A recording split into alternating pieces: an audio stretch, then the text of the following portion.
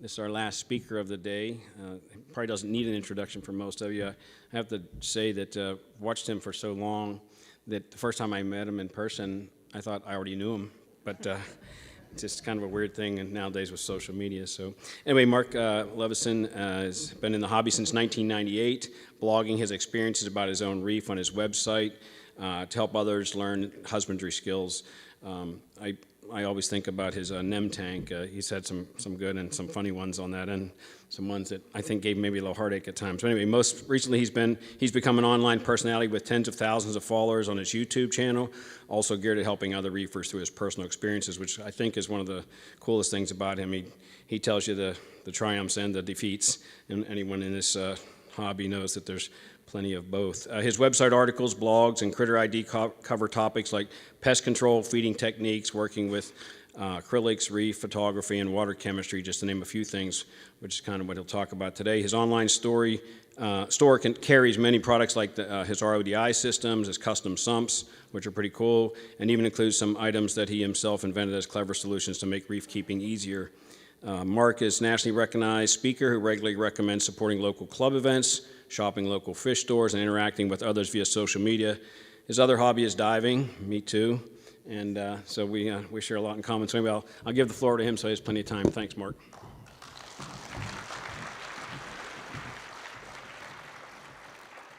Thank you very much. I want to start off, first of all, saying that this is the 20th MACNA I've been to in a row. You saying this one's still on?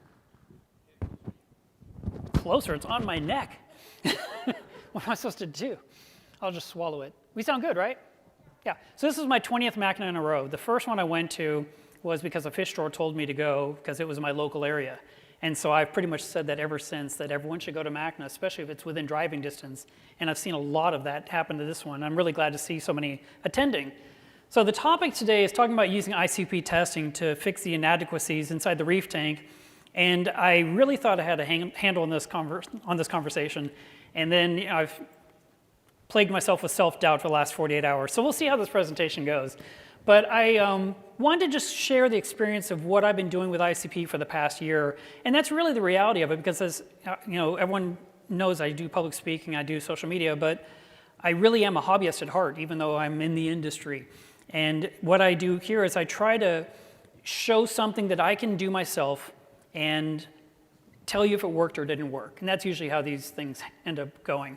So in the case of ICP testing, there have been articles, there have been blogs, there's been all kinds of forum discussions. Can you trust them? Is it something, you know, people send double-blind studies to trick them up. I don't care about any of that. All I care about is the numbers I receive, what can I do with that information to make my tank look better. So that was my premise. I go in believing that whatever they're telling me is true, and I'm hoping that they are being accurate and that they're being, you know, timely in getting the information back to me. And when you think about what we do as regular hobbyists, before we even got involved with ICP testing, we would buy test kits. It was the first thing you did when you went to the fish store and you bought your aquarium, you bought some salt, you got some test kits, and then you started cycling your tank and you were measuring. And then we get in this bad habit where we don't test as frequently. We did it a whole bunch in the beginning. It was exciting and interesting. But then after a while, we don't use them as much. And so in that first bullet point, I talk about there are different brands, and you'll hear people say, I don't like this brand, or this one is no good, or this one's fantastic, or this is the only one you should use. But then the other half of that is, if you own them, are you using them? And every Saturday on my stream, I tell people, please test your water today, because those kits will expire. The reagents will expire. And so if you have a kit in your possession that's 3 years old and it's just not empty yet, that doesn't mean you should keep using it. But you are kind of, when you're testing your tank, even with an older kit, you're kind of believing the kit.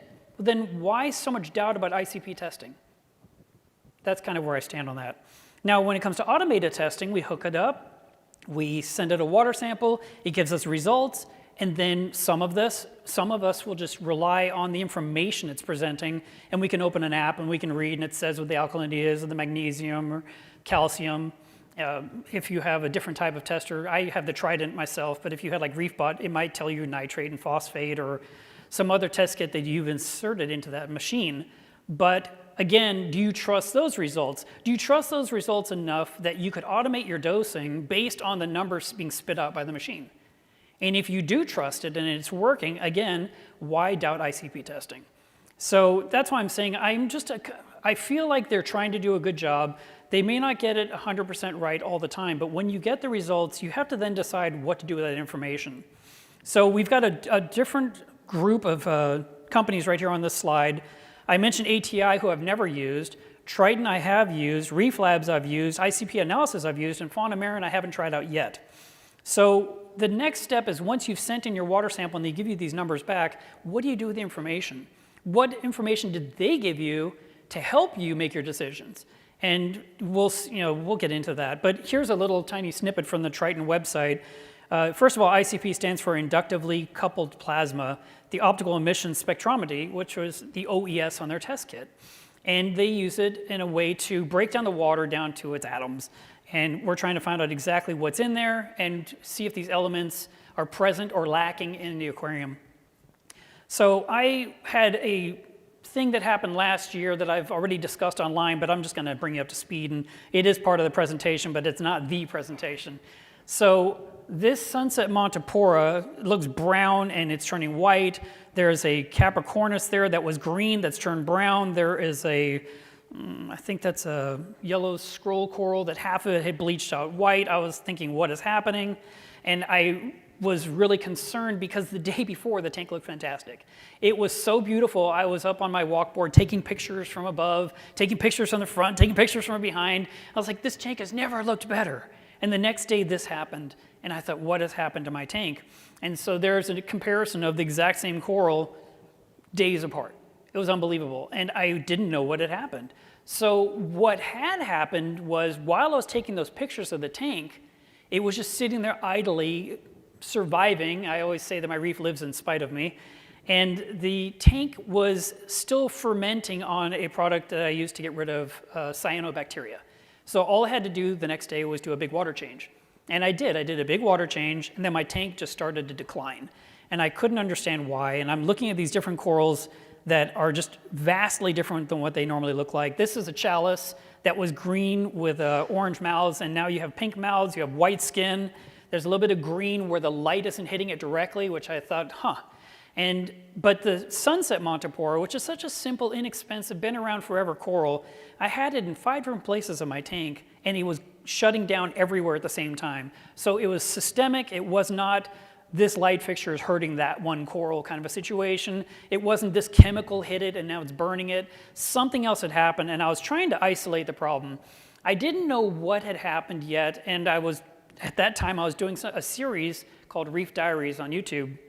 And every day, I would talk about what I did with the tank that day. And so for about 10 or 12 days, I was telling people, I don't know what's going on with my tank, but it's getting worse every single day. And several said, have you done an ICP test? And I said, no. Why would I do that? That is definitely not where the problem is.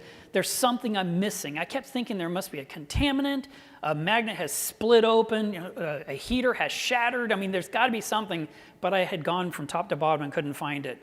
So I sent off a sample, and the top test is my 400-gallon tank, and the bottom test is the RODI system. And I'm wearing the wrong glasses for this slide. Hang on a second.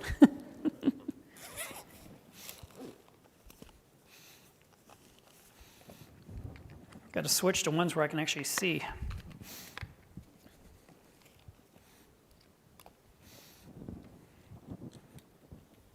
Much better. So you can see several of the boxes are yellow where it's showing a deficit in the tank, and potassium was one. And this is a topic that I've never given any care about until the past year. For 24 years in a row, I never thought about potassium. It just was an element. To me, it was just something that's in the salt mix, and I don't have to think about it. I always would measure my water for any kind of, like a water change. I would test my alkalinity. I would check my calcium, my magnesium, salinity, temperature, maybe pH.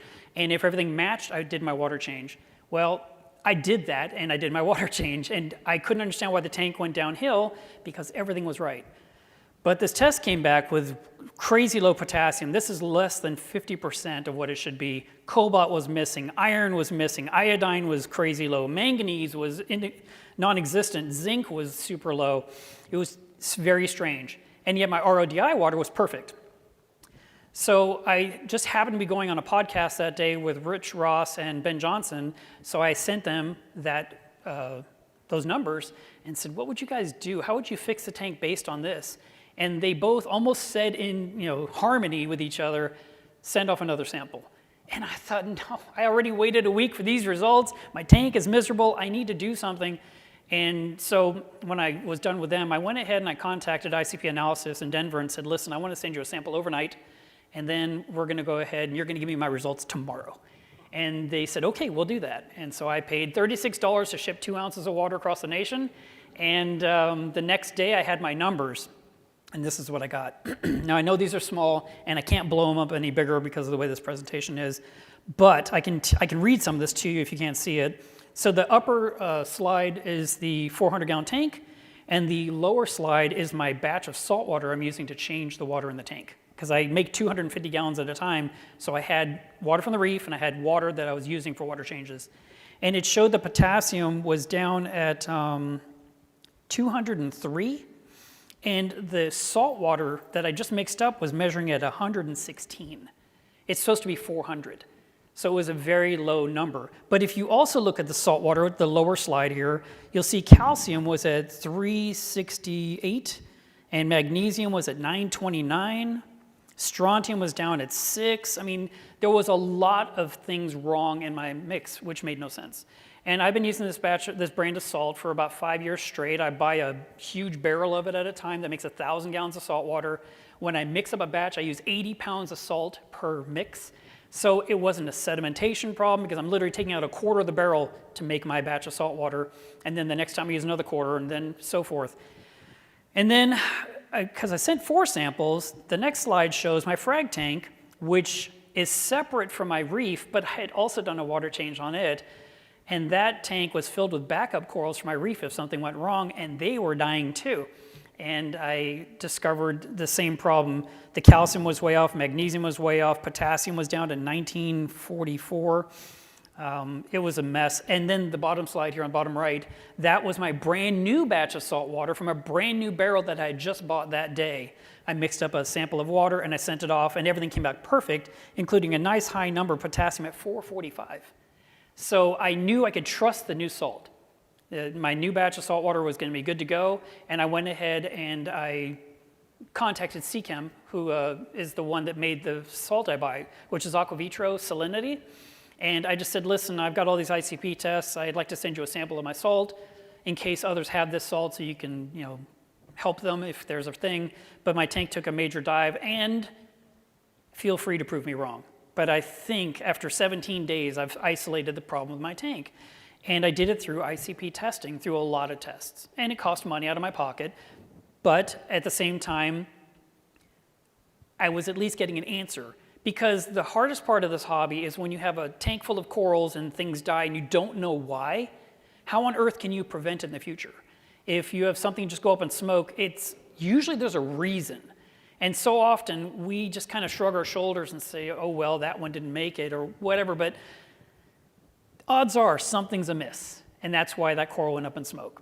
Sometimes it could just be chemical warfare between the corals, but usually there's a cause, and it's not just some random thing. And so I was really hoping that through ICP testing, we could determine what is going on in our tanks, figure out what's missing, and start putting in that missing element to dial it into the perfect set of numbers. That was where I was about 7-8 months ago, and I said, I think I can start fixing it by filling in the holes in the wall, so to speak, putting bricks in where there's some missing, like a puzzle. So the other thing I had to do when my tank was going downhill is I had to tell myself, wait a minute, 50% of your reef is fine. All your fish are fine. So while you are losing corals you love and have been with you a long time, it's not a total wipeout. I'm not losing everything and my hair's not on fire. It was just a slow deterioration of the situation, but I had to still take the time to appreciate what I had that was still doing well, that was completely unaffected by the weird water parameters that I couldn't see with my regular test kits. Now, my solution to the problem in this scenario was, I felt my biggest deficit was the lack of potassium in the system. So I went ahead and I got the Elemental K from Fauna Marin, and I hooked up to a dosing pump, and I put in 3 different liters over the next 2 weeks or so. And all I did was dose potassium back into the tank slowly.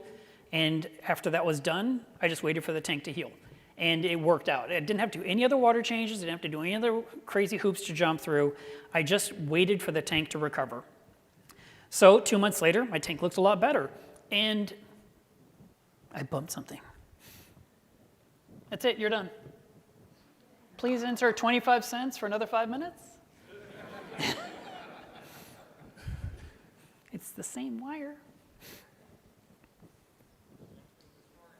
I pulled it out. I'll put it back in and see if that fixes it. They always say unplug it and plug it back in. I was talking about the wrong company, right? It's back. Thank you for walking over here. Don't move. No, stay right there. It works. She's like the antenna. So in this picture here, if you look in the very far right next to that little statuette, you'll see a chalice on the sand. That had been, from the lack of potassium, it turned completely brown, and all the green returned. Then to the left of the little statue, or above those barnacles, you can see a bright green coral. That was the chalice that was white, and it got all its green back. The chalice hadn't died, it just lost all its pigment. And so it was a matter of getting into the system what was lacking, which in my case, according to the measurements, was potassium. So then I've just been planting new corals in the tank and letting it grow in. And I thought, it's been a little bit. I'm going to go ahead and take another ICP test and see how things are going with the tank, because it looks good. And I got these results from ICP analysis, and I was like, oh, look at this. I'm missing all these trace elements. And I don't like buying bottles of just trace elements, because that's just a bottle of water with stuff in it. I don't know how much of anything. I don't know how much of me putting it in there is going to do anything. So I don't use it, and maybe everyone else does, and they're doing it right, and I'm doing it wrong. That's possible, but I've chosen not to buy just a bottle of mysterious trace elements. But at one point, I was sent these 5 little bottles from Eric at Blue Life USA. He says, here, you should try this out. And first of all, the bottles are this big. They're little tiny things. And I kept thinking, so I'm going to squirt this in my tank and then something good's going to happen? I don't have any information here, and so I didn't feel comfortable using it. But now that I had this ICP test that showed me I was missing all these different trace elements, I looked closely at these bottles, and on them I saw it was actually the things I was missing. It showed right on there. It had strontium, it had barium, it had, what's this next one? It had a sulfate in there, cobalt, nickel. These were all things I was lacking. I was like, oh, I have a great idea. I'm going to use these little bottles until I use them up. It's probably about 6 weeks worth, because my tank is 450 gallons. And after I've put all this in my tank, I'll send off another test, and we'll see if the numbers rose. And if they rose, then I know this product works. And so I contacted the people at Coral Central Elements, and I said to them, I'd like any direction you can give me, because I'm just following the bottle's instructions. And they said, yep, no problem, you're doing it right, you've got it. And I was like, okay. So I sent in my test after 6 weeks, and then I had too much iron, I had too much zinc, But it's okay. It proved that the things that were lacking were replenished. And I felt better about that specific product, because now I knew, number one, what I was putting in. I knew how much I was putting in per day. And while I did overshoot it and make a couple of little tiny mistakes, I had some proof through ICP analysis that it made a difference. And that was the other part of it, why I didn't really want to use the little bottles in the first place. And I don't want to word this in a way that comes off wrong, but basically having someone send me something, say try it out, and then I try it out, that's not necessarily an endorsement. And so for that then to be published, hey, Marc Levenson uses this product, they kind of imply that those bottles made my tank look so good. And I didn't know that if they'd work at all. So I was thinking, no, I want to be able to study this rather than just put it in and say nice things. And so in this case, I knew what the bottles said they could do, and then I have the proof here, which was good. And I was happy to see the change. And I saw things happen, like, for example, my algae turf scrubber started growing a lot more algae than before because I had raised my iron level. I also noticed in one of my tests that my iodine shot up crazy high, but I just dosed it that day. So it made sense that it would be a surge compared to the normal iodine levels I get with every test I send in. So my tank was doing quite well through this whole process. I didn't have any issues whatsoever. And then I thought, all right, what else can I do here? Because I've been in this hobby for 25 years, and so I'm kind of down this rabbit hole now. I'm really enjoying this whole thing about using ICP and learning more about this, and I thought, if I could literally dial this in and get all my numbers perfect, what would my reef really look like? And now I sound like the guy that's chasing numbers, and I kind of was a little bit, but not in an insane way. It was more like a goal. Like, I think I could do this, and I'd really like to see what would happen. So I was talking with Chris over at ACI Aquaculture, and he was talking to me about Reef Blueprint, which are these little tiny bottles, well, different size bottles, but they have the little small ones, and they have these medium size, like 250 milliliters, and they got the 1 liter bottles. And they were the exact element you might be missing from your ICP, and you could just put in just cobalt, or you could put in just manganese, or you put in just molybdenum, or something like that. And I already had, I've mastered alkalinity, calcium, magnesium, and potassium, so let me play with some other elements. And so that's what I did. I started using these different products called Isolate, and I was putting in only what the tank needed based on the tests. And one of the things that my tank was chronically low on was calcium, even though I have a calcium reactor. The number tended to be around 360, 370, and I really need to be more like 420. And so I bought their version of their calcium, even though you would think powder would save me money and I could do it. This was a formulated concoction that's really, really concentrated. And it's not just calcium chloride. There's something else in there, but I can't remember off the top of my head because I got a bright spotlight on my face right now.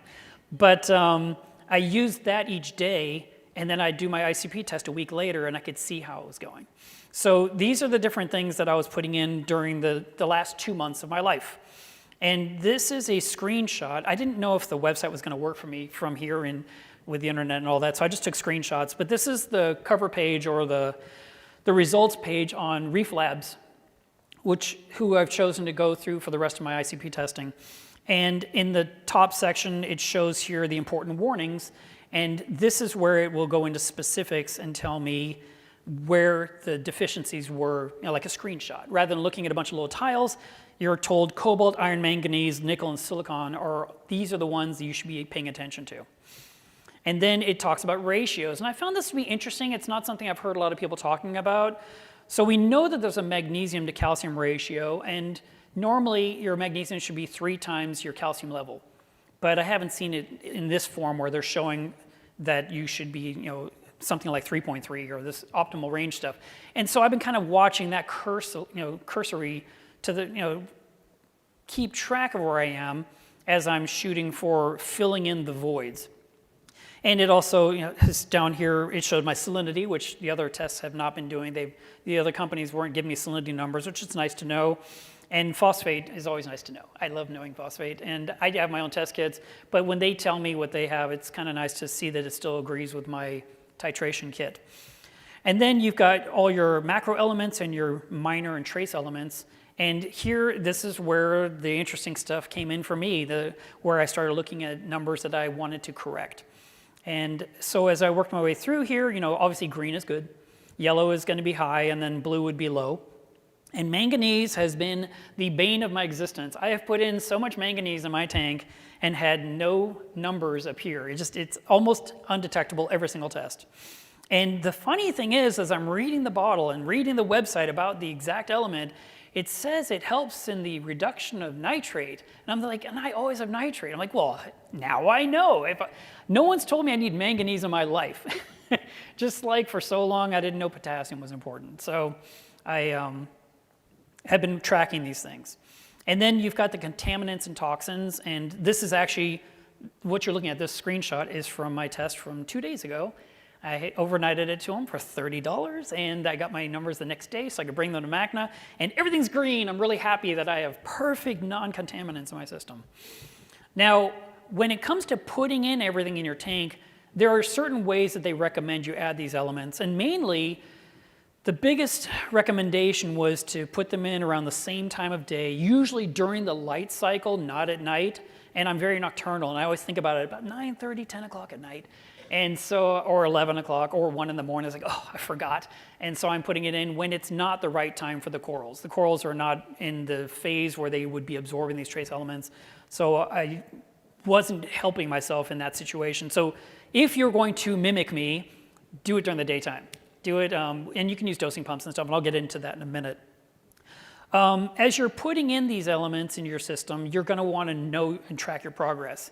And so like the very first time you used this specific type of product, he recommended waiting 10 days before you send in an ICP test. No, not weekly. So that we can kind of create a baseline. So I did that. I waited 10 days, I shipped off my sample, and it never got there for 3 weeks. It just never got there. And in the meantime, it kind of messed up my starting of this thing because I didn't have my baseline. I just had to keep putting in elements, hoping that it's right, and send off another kit. But now we've gone beyond the 10-day thing, which kind of messed up the math. But I was able to just start sending the samples a different way. So when you buy these test kits, they come with a label, so you can just put it right on the box and ship it, and postage is covered, or maybe it costs you $4 in mail. But since the post office let me down this one time, I started UPSing them to them for $17 a package. So I've sent off one a week for the last 8 weeks. It's adding up. This is costing me about $40 a week to see what's going on with my tank, plus I'm adding these little elements. And you can see some of a screenshot of my notes that I was taking as I was trying to keep track of everything I did with the tank, whether it was putting in the elements. Wow. Last time we just did this and she stood next to me. Look, she's coming back. She knows that's how this works. She's not here yet. Oh, wait. Think the iPad is doing it?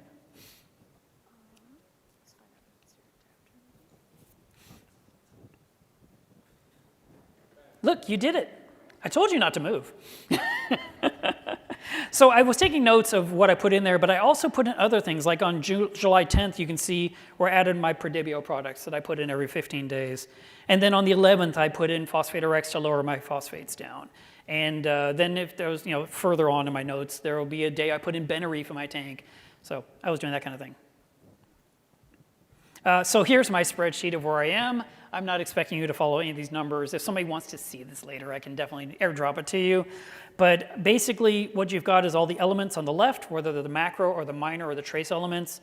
And then you've got the ICP analysis. The best I could come up with what I think they recommend the numbers be, because that's not straightforward on the website either. They either have a range or they show you different places that they've taken water samples from, like Fiji, Florida, St. Martin, I think. And so you're looking at that and you're trying to find the median between those three of what might be the normal level for sodium in the ocean. And it was kind of those things where I really wanted to know, well, what is the number supposed to be? Because I'm trying to be somewhere close to that. And so I did the best with that. And the same with Reef Labs. They have a range where they recommend, the minimum good is this and the maximum good is that. And I didn't want to have all these numbers on the spreadsheet, so I found the median between the two, and that's my blue column here in the middle of the screen, where, for example, strontium. Strontium is something that some of us buy and add to the tank through a little bottle into your tank from time to time. And it turns out strontium is pretty important for the strength of your SPS corals, that if corals snap off easily, your tank is usually lacking strontium. So it's kind of nice to know this, besides just being told you need to put strontium in your tank. Like, why does your tank need it?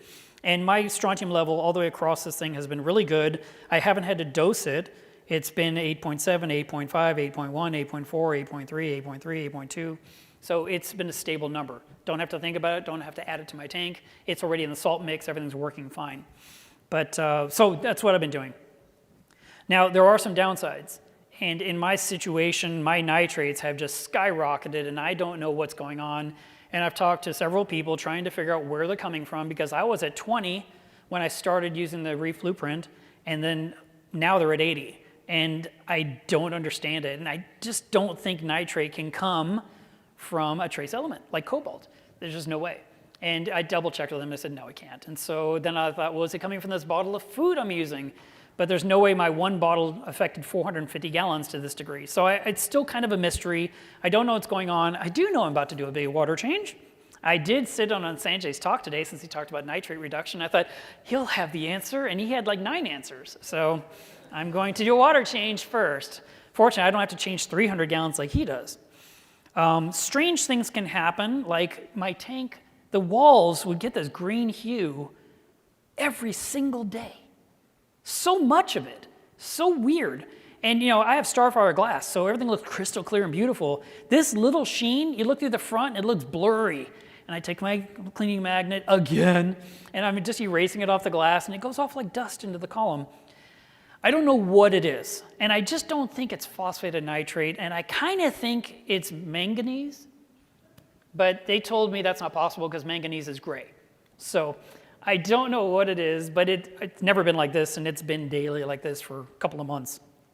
But the tank doesn't seem to be affected, so that's good news. And then I mentioned that previous slide, and then there's the thing of cost. You're going to have to buy your tests, and you're paying for shipping or not. And then if you're going to put in elements, you're paying for the elements. Now, the reason Reef Blueprint was so appealing to me is you're buying super concentrated elements, and the prices were affordable. Like, I think one of those little bottles was $13, not $90. And that's the thing, other products in the past, like Zeovit came out with like 5 little blue bottles or 10 blue bottles, and they were expensive. And you were like a mad scientist, 3 drops of this and 1 drop of this on Tuesday, and you had to kind of keep up with it. And I remember a friend, he had a spreadsheet that he printed out and taped it inside the cabinet door in front of his tank, and he'd open it to see what had to be dropped in that day. And this one here, there's something else you can do that makes it a little easier to add the lacking trace elements. So what I was doing was I was dripping it in a very slow fashion in a high area of flow. I'm standing on top of my walkboard, or I was on a stepladder on the back of the tank, and I held either the dropper where you're dripping it in, you're just counting 1, 2, 3, 4, 5, 9 drops, or I was using a little syringe and squirting it very slowly, so it's drip, drip, drip, into a really cavitating part of water to mix into the system. And I kept saying, I gotta take a picture of me doing this for the presentation. I never did it. All the way to like 3 days ago, I'm holding 2 of these and going drip, drip. Someone should be taking a picture of me doing this, didn't happen. So use your imagination, it was me in front of a tank. And I kept dosing at night, but it was really recommended to dose during the daytime, so I'm going to try to change that. And I've got something in mind that should make my life a little bit easier. I also came to the conclusion that if you miss a day because you just forgot, if you put in twice as much the next day, it doesn't make a difference. I haven't seen a change in the reef itself. I didn't see any change in the ICP tests. It just seemed to, I don't know. I don't know exactly what happens with the chemistry of the water in that point, but double dosing doesn't seem to fix a missing thing or make it better. So I wouldn't necessarily suggest doing that. I think if you miss a day, just get back on track. In the instructions from the trace elements I was putting in, it was talking about putting in things like 1 drop a second. So it takes a few minutes to put in what you're using, but I spend a few minutes feeding my tank each day, and I didn't mind spending an extra 10 in front of the tank putting in the various additives that I had in my disposal. Now, if you wanted to turn it into a weekly regime where you don't have to physically put these in every single day or hook up a series of dosing pumps, you actually don't have to do that at all. You can actually take and so what I did here is I showed the week's average of all the things I put in. So it says initially I put in 126 drops of MT over 7 days. That was, in that first week, I was doing 18 drops a day. So I just did the math. So that's what that first line is. And then after 6 weeks, I had increased and decreased the dosages to make it look right in my testing, because I'm getting a new ICP test every single week telling me how I'm doing. And then currently, which is as in 2 days ago, I'm putting in per week 63 drops of MT, 70 milliliters of cobalt at triple the strength, 126 drops of vanadium, and 350 milliliters of manganese that never shows up on the test. Now, instead of having to stand there for those 5 or 10 minutes to put this in each day, you can take 1 gallon of RODI water, you can put in the 63 drops and the 70 milliliters of cobalt and the 126 drops of vanadium and the 350 milliliters of manganese into your jug, and then you can divide that total liquid by 7 days and tell your dosing pump, put that in from like 2 in the afternoon to 6 p.m. and it will just do it all on 1 pump. So you don't need to have, like I saw someone's picture, he was so excited, he shared in the Neptune group where he had just set up his entire automation, and he had lots of little glass bottles, and they all went to a different dosing pump. I was like, that's a lot of pumps.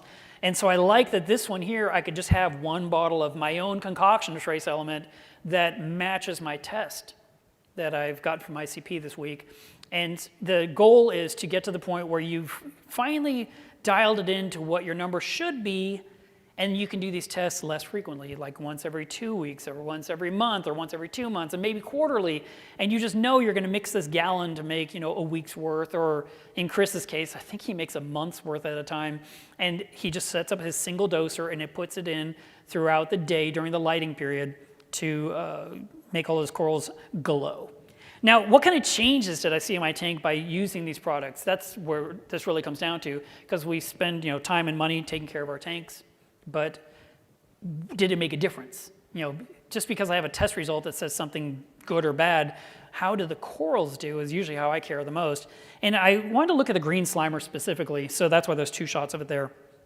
So first of all, it's very vivid. It's doing well. All the polyp extension's fantastic on it. And I didn't take a macro shot like super close up because I was wanting to show you is in the larger image, you can see that there's some branches are thin and others have gotten really beefy. And I thought that was really interesting because I've never had luck growing green slimer anyway. The Acropora youngi has been my kryptonite for 20-something years. And so I have this branch now that is growing, and it's growing thicker. It's becoming a staghorn, which is how they're supposed to be. And they're supposed to be so easy, and anyone can grow it, and it's old school. And I'm just like, oh my God, it's so hard for me to grow this. And if you look at the tip in that upper picture, there's like 10 little tips coming out of one thick branch. That can go. So I'm very excited to see that kind of change. My dendrophilia has been putting out all kinds of polyps. Could be just coincidence, it's getting better food now. Could be the elements, I'm not sure. This coral here though, the bottom half always looks like that. The top half always looked white. White, like the polyps were missing. I'm like, what is going on with this coral? And since putting in the trace elements that were missing, getting certain elements where they needed to be that were lacking, these polyps come out, the color is there, it all looks right. And I have 2 different, there's another one here. This is a Montipora digitata. Also doesn't have that whitish appearance now. It is colored up. It looks beautiful and vivid. And so that's kind of what I'm looking at. That's my baseline. Also, I had a frog spawn coral, which is LPS, that was always like this, retracted like an angry fist if I hate you, Marc. And it opened up. And the polyps are very short, but there's little tentacles. It's hope. And I do like hope in a reef tank. It makes me happy to see a little bit of change for the better. But I can tell you this, because MACNA is coming up and I'm really on top of my dosing and I'm kind of stressing about my results for the presentation. I feel like I've kind of cooked my corals a little bit. I'm a little nervous and I want to get home and check on my babies, obviously, especially with the stupid nitrate level that's gotten so high. But I've had a lot of good growth. I've had a lot of nice coloration. I think that it does make a difference. You may not, if you're new to the hobby, I'm not recommending this to you whatsoever. Okay, this is way over the top for someone that's just done this for so long and wants to do something new and wants to spend some money. That was me. And I just wanted to see what could be done and try to understand it better and kind of understand how things tick.